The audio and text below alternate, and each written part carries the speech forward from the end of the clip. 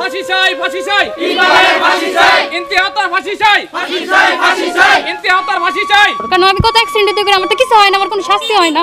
ভাবছি আমার বোন খুনের পর ওর কোনো শাস্তি হবে না, আসলেই তো শাস্তি হচ্ছে না। আমরা চাই ওর শাস্তি হোক। মেয়েরা তো হত্যা করছে, আমার মেয়েরা তো কোনো অ্যাক্সিডেন্ট করছে না, পরিকল্পিতভাবে খুন করছে। আপনারা দেখছেন তাজা খবর 24। আমার মেয়েরা তো কোনো অ্যাক্সিডেন্ট করছে না, পরিকল্পিতভাবে খুন করছে আমার মেয়েরা। মানে মানবতার খাতিরে তো মানুষ ধরে, আমরা চাই ওর ফাঁসি হইলে ওর শাস্তি কম হয়ে যাইব।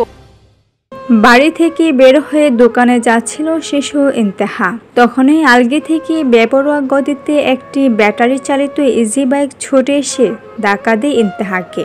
ইজি বাইকটির সামনের চাকা ইন্তেহাকে ধাক্কা দিলে সে সড়কে ছিটকে পড়ে।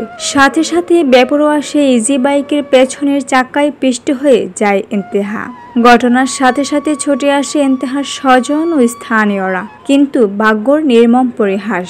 মাত্র 10 মিনিটের মধ্যে পরপারে পাড়ি দেয় ফুটফুটে শিশু ইন্তেহা। বলছিলাম, নরসিংদীর রায়পুর উপজেলার মহেশপুর ইউনিয়নের কুড়েরপাড় এলাকার দুবাই প্রবাসী ইউনুস মিয়ার কন্যা শিশু ইন্তেহার মৃত্যুর কথা। গত 30 মে দুপুর 12টায় তার মৃত্যু হয়। ঘটনার পরপরই তার মামা ফরিদ মিয়া বাদী হয়ে রায়পুরা থানায় একটি মামলা দায়ের করেন। এরই মধ্যে কেটে যায় ইন্তেহা হত্যার 16টি দিন। ধরাছোঁয়ার বাইরে হত্যাকারী ইজি বাইক চালক ইকবাল, সে একই এলাকার খুরশেদ আলমের ছেলে। ইকবালকে গ্রেফতার না করার কারণে ক্ষোভে ফুঁসে ওঠে স্থানীয় জনগণ। বুধবার হত্যাকারী ইকবালের বিচার দাবিতে মানববন্ধন করে ইন্তেহার স্বজন ও এলাকাবাসী। মানববন্ধনে এসেও মেয়ের স্মৃতি স্মরণে করে কাঁদছেন ইন্তেহার মা। মায়ের চোখে বেয়ে অঝরে ঝরছে পানি। চোখের সামনে মেয়ের মৃত্যুর কথা কোনোভাবেই মানতে পারছে না তিনি। তাই তো মানববন্ধনের হত্যাকারীর কঠোর শাস্তি দাবি করেন তিনি। ফের ফাঁসি হলো আমার শান্তি তো না, কারণ আমার মেয়ে প্রথম বাড়ি খায়া প্রথম ছাক্কা দিয়া বাড়ি দেওয়ার পরে মেয়ে দাঁড়ায় গেছে, দাঁড়ায় কোনো রাস্তার মধ্যেও না, সাইডে গেছে। হ্যাঁ আবার পিছনে ছাক্কাটা কিভাবে নে, হ্যাঁ তো আমার মেয়ের হত্যা করছে। হ্যাঁ তো কোনো আমার মেয়ের কোনো অ্যাক্সিডেন্ট করছে না, হত্যা করছে।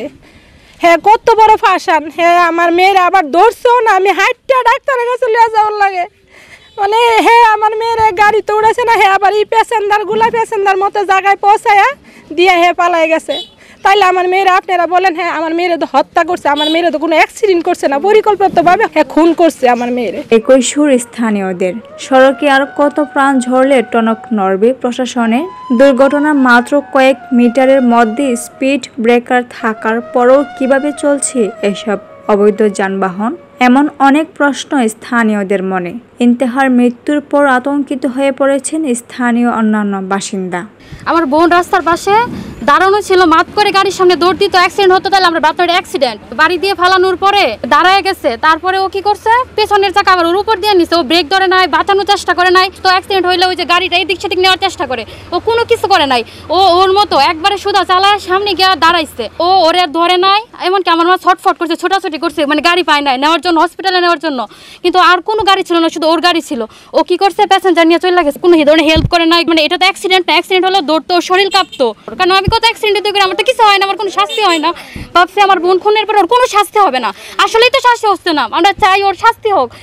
মানে মানবতার খাতিরেও তো মানুষ ধরে, আমরা চাই ওর এমন শাস্তি হোক, অন্য ড্রাইভার বা সবাই অন্য মানুষ যেন সতর্ক হয়। ফাঁসি হইলে ওর শাস্তি কম হয়ে যাইব। আজকে 16 দিন হয় আমার মেয়ে মারা গেছে। খেলাধুলা করে, এরপরে এর নাম হলো জিদনি। পরে আমরা কাঠ নিতাম, আসি দোকানে বলতেছে আম্মু আসো আমি জিদনি নিয়ে আসি, খেলনা আবার সরাই দিয়েছে।